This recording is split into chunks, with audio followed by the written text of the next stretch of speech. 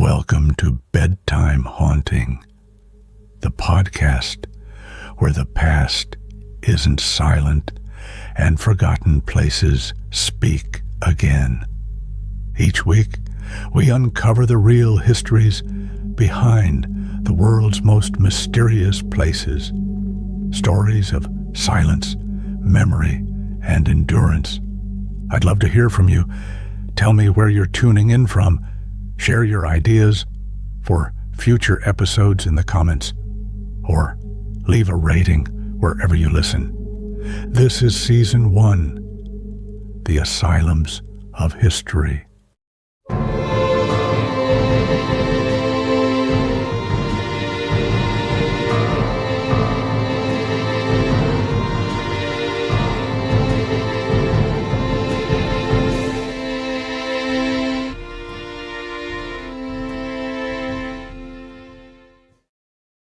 Crows call over Tokyo at first light, their voices harsh and certain. Steam rises from vents along a line of red brick wards, softening the edges of winter. Beyond a stand of bare Zelkova trees sits Matsuzawa, a hospital that began as an asylum when Tokyo was still learning the shape of its modern name. In the calm of dawn, the city is a distant murmur. Here on the hill, the air holds a stillness that feels deliberate. Buildings exhale. Doors think about opening. In the late 19th century, as Japan remade itself under the Meiji government, the idea of a psychiatric institution arrived with other imports: railways, anatomy texts, new uniforms for the police. The Tokyo Prefectural Lunatic Asylum opened in 1879 on this rise in Setagaya, built to translate European moral treatment into Japanese order. Light, air, hygiene, steady work. These were the instruments of care. The wards were plain, the corridors wide, the windows high enough to invite sky, but not spectacle.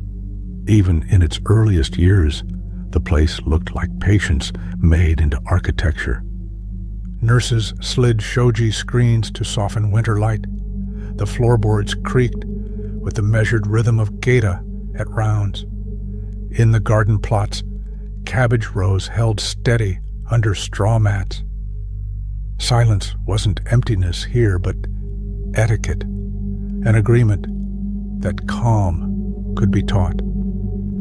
On some afternoons, the superintendent opened windows just to let the sky in. Doctors trained abroad returned with new vocabulary, but their patients carried older burdens: grief, exhaustion, fear, the long ache of poverty. Some arrived under family petitions, escorted by relatives who bowed to the clerk and presented papers in careful brushstrokes. Others came with the police, bewildered by the noise of a city that had outrun their lives. Inside, the routine promised repair by repetition: dawn inspection, breakfast of rice and miso, work in gardens or laundries, quiet hours, a bath when the boiler allowed, lanterns in the corridor before lights out. The early superintendents believed that order could comfort where medicine could not. Men repaired tools and tended winter greens under woven shelters. Women stitched gowns and folded linens, their fingers raw from soap and cold water. The hospital kept small orchards on the slope, winter bare now, but in spring they threw blossoms against the brick like a promise. A bell marked noon. A priest or monk visited on certain days. A teacher led handwriting practice for those who wanted it. These gestures did not cure, but they made the day intelligible, and that was already mercy. From the beginning, Matsuzawa faced the same contradiction as every great city institution: the need to shelter and the pressure to store. Tokyo's population climbed.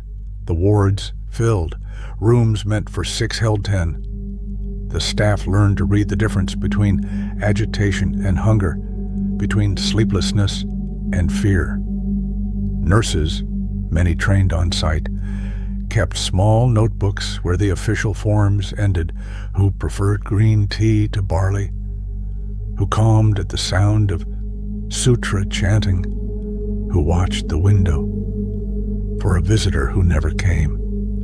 Those notes seldom reached the ledgers, but the ledgers would never have worked without them. Decades later, one of those pocket notebooks turned up in a supply cupboard, pages foxed, edges frayed. Between dosing times and laundry tallies were small mercies. Prefers barley tea warm, weeps at dusk, walk him by the trees, sleeps if someone hums. The official charts measured symptoms. The unofficial ones measured people. Outside the gates, Tokyo changed with a velocity that made maps feel temporary. Electric trams replaced horse carts. Wooden houses gave way to brick. Factories sent smoke into a sky that remembered only paper lanterns. Earthquakes came, then fires. The hospital maintained its rhythm in the face of it all. A metronome set against acceleration. There were good years when the gardens did well, and staff stayed long enough to know the faces by name. There were lean years when budgets shrank and the boiler failed, and the city asked the hospital to do more with less because everyone was doing more with less. On winter mornings like this one, the boiler breathes and steam drifts between the wards in low ribbons. A nurse slides back a window, tests the air with her palm, and closes it again. Somewhere, a radio clicks on for a few minutes of news before the day begins. In a shed behind the laundry, a stove pops once and settles. The crows keep calling, their voices stitching the sky to the rooftops. If you stand in the yard and look toward the city, you can see the pale edge of high-rises far off, the present pressing its face to the glass of the past without quite entering. The promise of Matsuzawa was simple and hard, to make a room where distress could be held without judgment until it ebbed. Some days it worked. People went home. Other days the hospital became a long address written into a life like a second name. The staff learned to hold both truths at once. They kept the floors clean, the bedding warm, the routine intact, because even a frail structure can carry someone over rough water if it is steady enough. As the 20th century lengthened, the hospital story would absorb the shocks of an earthquake that scattered its crockery and cracked its walls, a war that thinned its cupboards and stole its sleep, and a city that kept growing up around it like ivy and steel. But in this first light, before the work whistles and the breakfast trays, you can almost hear the original idea breathing: light, air, and a day shaped gently into meaning. The crows call again, closer now. A hinge finds its voice. Somewhere, a key turns. By the 1920s, Tokyo was no longer a city that slept. The Taisho years filled its streets with trams and shop signs, and Matsuzawa's Hill became a pocket of stillness surrounded by momentum. Inside the hospital, that movement arrived as numbers: more petitions, more beds, more records. The word curable began to appear less often in the charts. What had been a refuge risked turning into storage. Doctors still spoke of moral treatment, but the philosophy strained under arithmetic. The ideal of open gardens met the reality of locked doors. Family petitions continued, though sometimes the families never returned. In a culture that prized harmony, The hospital quietly absorbed disharmony. Many stayed for years simply because no one knew what else to do. Routine became the cure, and repetition the proof of order. The 1923 Great Kanto earthquake broke that order. When the ground rolled, the wards groaned like ships. Windows shattered. Water tanks toppled. Patients were led outside into clouds of dust that turned noon to night. The staff worked through the aftershocks, forming circles in the yard, reciting sutras until the tremors stilled. When daylight returned, the city below was a smear of smoke. Matsuzawa's buildings stood cracked but upright. The next morning, work resumed. Its survival felt both miracle and obligation. Tokyo would rebuild, and so would it. That evening, staff cooked rice in a cracked pot over a brazier set on bricks in the yard. Someone counted heads by lantern light and chalked the number on a doorframe. A monk recited the Heart Sutra until the aftershocks faded like breaths. By morning, a broom stood ready at every threshold. Through the 1930s, the city expanded past the hill. Streetcars climbed toward Setagaya. The air carried the scent of factories and distant sea. Matsuzawa kept its self-sufficiency. A bakery, a vegetable garden, a tailoring room, a small chapel where Buddhist and Christian prayers alternated by week. Photographs from the time show patients tending beans, nurses in starched aprons smiling toward the camera. They look serene, yet behind the lens the country was turning toward war. Budgets shrank, soldiers left. Food grew scarce. Patients stitched uniforms and repaired boots. The hospital joined the war effort not by choice, but by necessity. When the air raid sirens began, Tokyo's lights went dark. At night, the wards were lit only by flashlights cupped in palms. The crows still called, louder than the distant bombs. In 1945, a firebomb raid swept the city. Flames reached the hill but died at the edge of the grounds. In the morning, the staff found ash on the windowsills and silence in the air. A silence heavy with absence. Food was gone. Medicines gone. They boiled weeds for broth and tore sheets into bandages. The hospital had become a world of essentials: shelter, water, routine, endurance. When the war ended, survivors listened to the emperor's voice on a radio in the main hall. Some wept, some simply bowed.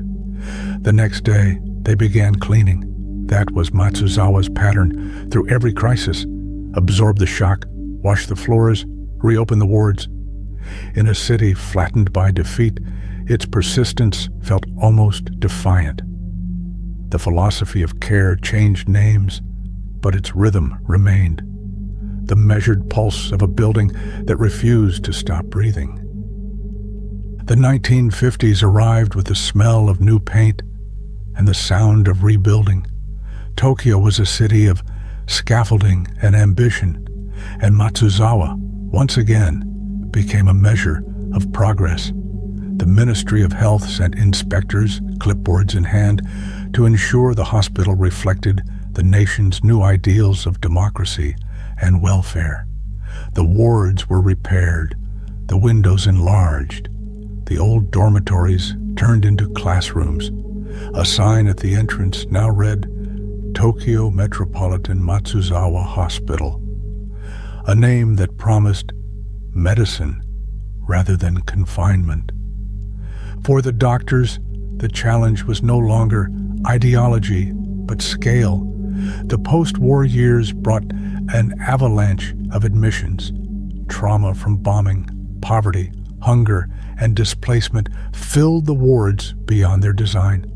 Families brought relatives they could no longer care for, carrying photographs of lost homes and ration books as proof of hardship.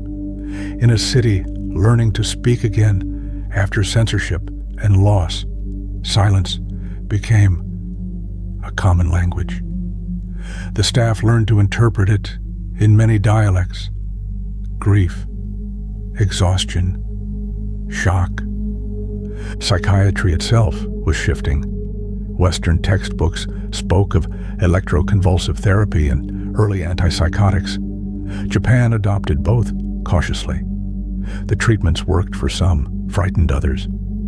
Nurses found themselves mediating between tradition and technology, between the cultural expectation of endurance and the new vocabulary of medicine. A senior nurse once told a journalist, "We learned to speak softly so that people could bear hearing themselves." That became Matsuzawa's unofficial creed. Family meetings were held in a small tatami room near the ward desk. Slippers lined the doorway, tea steamed between careful pauses. Relatives practiced what to say on the train and forgot half of it when the door slid open. The nurses filled the gaps, translating shame into questions, questions into plans. Among the returning soldiers and bomb survivors were cases that no textbook could categorize. A woman who had walked from Hiroshima arrived barefoot, her skin unscarred, but her voice gone. A teenager rescued from the ruins of Ueno Station drew trains obsessively on every scrap of paper he found. A doctor wrote in the margin of his report, "They are symptoms of the century itself." When the first electric therapy machine arrived from America, staff uncrated it as though it were a foreign guest. Some bowed before switching it on. Others stood back, uneasy. The shock was meant to cleanse despair with voltage, but most who witnessed it felt that suffering had simply changed costume. In the evenings after the generator quieted, nurses brewed barley tea and sat on the steps outside the ward, sharing silence the way others shared drink. It was their ritual of recovery, a small defiance against forgetting. Daily life regained rhythm. Breakfast at 6, medication rounds, workshops. Patients wove mats, tended gardens, folded paper cranes for visitors. Some were allowed to walk in supervised groups to the nearby park where cherry trees bloomed over the railway line. There were concerts in the auditorium, poetry readings by visiting teachers, and occasional film screenings on a white sheet tacked to the wall. Recovery, when it happened, came quietly. Someone humming during chores, someone asking for a pen. Discharge was not a celebration, but a soft return to motion. By the 1960s, Japan was exporting cars and televisions, and Tokyo was preparing for the Olympics. Modernity became its own therapy. Matsuzawa's doctors spoke at international conferences about community psychiatry and rehabilitation. Yet, inside the hospital, overcrowding persisted. Some patients stayed, not because they needed to, but because society still drew sharp lines between the well and the unwell. To leave was to return to noise, bills, expectations. The wards, for all their limits, offered predictability. The nurses understood this and resisted the easy narrative of cure. They spoke of continuity instead. By the 1970s, reformers began to test the boundaries of the walls. Across Japan, young psychiatrists and social workers argued that long-term institutionalization had become another form of forgetting. They called their movement Kokoro no Koe, the voice of the heart. And Matsuzawa, with its century of history, became both target and teacher. Small community clinics appeared across Tokyo, many founded by nurses and doctors trained on the Hill. They believed that treatment should move outward, following people back into the fabric of the city instead of enclosing them apart from it. Some staff left to lead these new centers. Others stayed, convinced that the hospital itself could change from within. "We must not dismantle memory," one superintendent said. "We must make it transparent." The 1970s were also the decade when art and therapy intertwined. A painter from Shinjuku began weekly workshops in a converted storeroom, teaching patients to use discarded hospital forms as canvas. They painted trains, rooftops, faces glimpsed through rain. A few of those works still hang in the modern wards, their colors softened by time, but their pulse unmistakable. Each brush stroke said, "What medical language could not, I am still here." Outside, Tokyo was transforming again. Expressways, subways, neon stacked on neon, and yet the hill remained a slower planet. Visitors often described stepping through the gates as stepping backward in time, the hum of cicadas replacing traffic, the air thick with the smell of pine and disinfectant. For patients, that pause could feel like relief or exile depending on the day. By the early 1980s, Matsuzawa had become both relic and pioneer. Its archives reached back 100 years. Its gardens, replanted after every earthquake, were now ringed with steel fencing that caught the evening light like water. Students came to study not just medicine, but ethics, how intention ages, how compassion survives bureaucracy. "The building is our professor," one trainee wrote in her notebook. "It teaches patience without speaking." In 1984, the hospital's small museum opened quietly beside the main gate. Behind glass lay the ledgers from the Meiji years, photographs from the Kanto quake, instruments from the early electroshock era. There was no spectacle, only continuity, proof that an institution can evolve without erasing what shaped it. Visitors left notes in a book by the door. One simply read, "Thank you for remembering what we preferred to forget." On school days, a handbell announced the start of tours. Students moved past glass cases, whispering the dates aloud like a litany. In a side alcove, a copy of an old ward diary lay open beneath plexiglass. The entry for that day, a century ago, read only, "Clear weather, peonies opening." By decade's end, Matsuzawa stood at the intersection of two eras. One corridor led to wards equipped with computers and fluorescent light.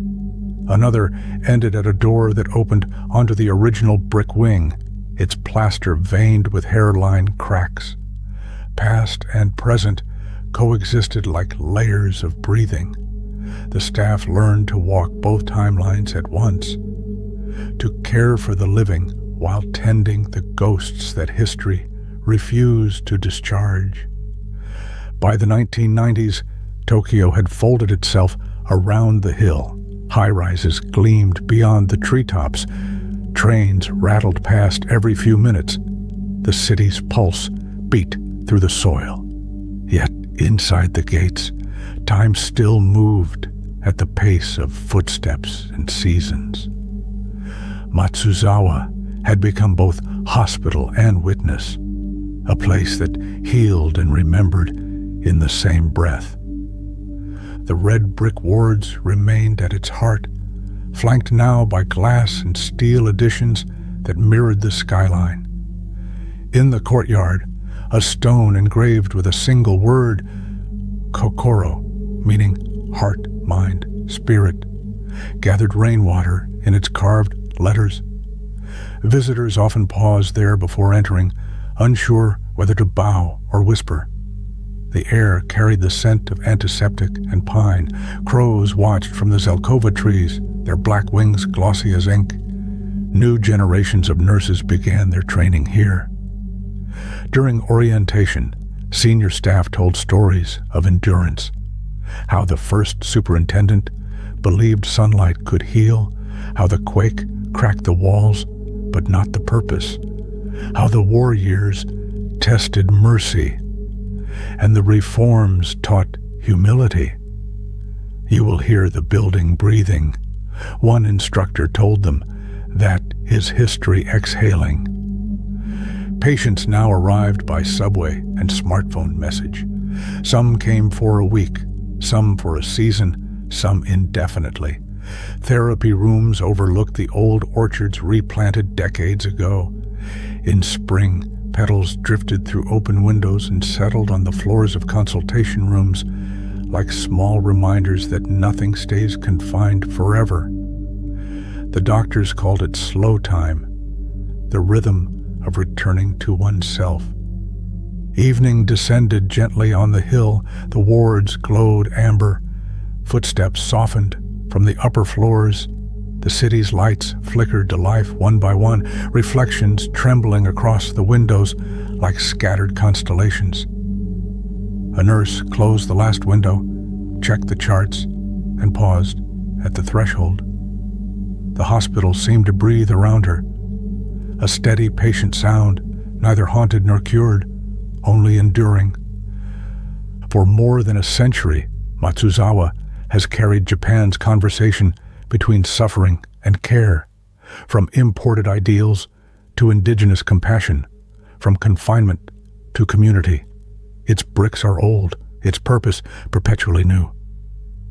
The crows still call it dawn, the steam still rises, and the city still listens without realizing it. When the wind crosses the hill at night, it gathers the faint scent of pine, iron, and rain. It moves down toward the river, toward the streets where the present waits, and in that motion, the past keeps its promise to remember quietly, to endure kindly. Subscribe to Bedtime Haunting on Spotify, Apple Podcasts, or YouTube for new episodes every week.